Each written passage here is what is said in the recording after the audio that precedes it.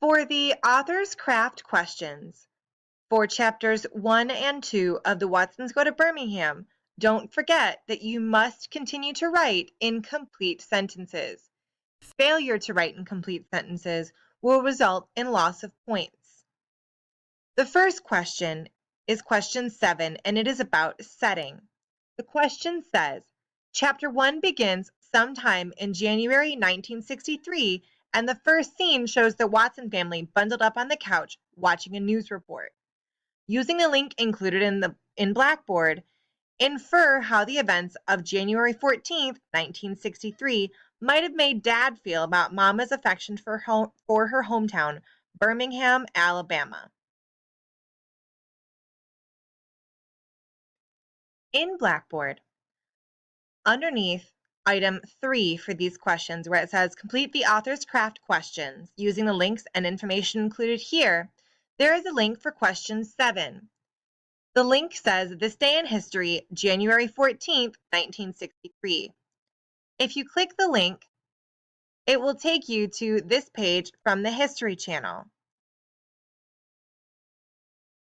It says, on January 14th, 1963, George Wallace is inaugurated as the governor of Alabama, promising his followers segregation now, segregation tomorrow, segregation forever.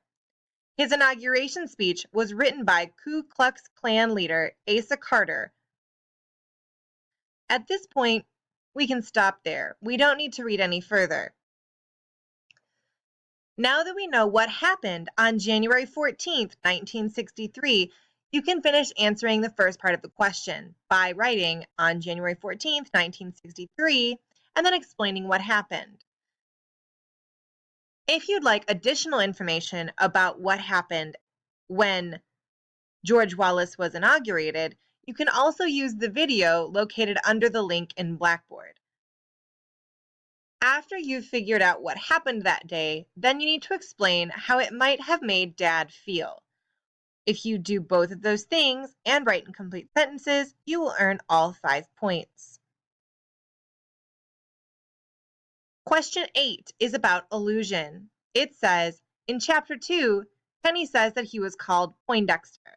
Look at the picture and description of the character Poindexter from the cartoon Felix the Cat, which was popular in the 1950s and 1960s.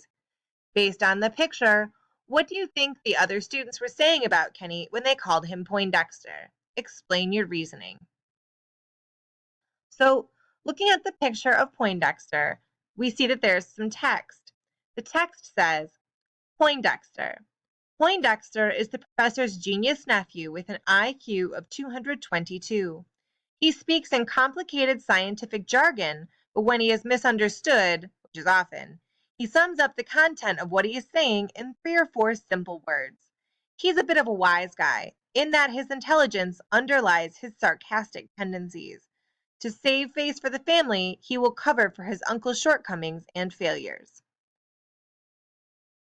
So, in order to answer this question, you need to explain what it was that the kids were trying to say by calling Kenny Poindexter, and how you know. You can answer this question by saying, by calling Kenny Poindexter,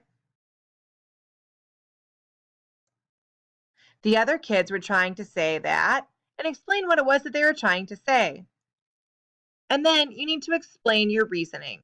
So, based on what you have read in the text, what you see in this picture, what you read in this caption, or your own prior knowledge, you need to prove your answer.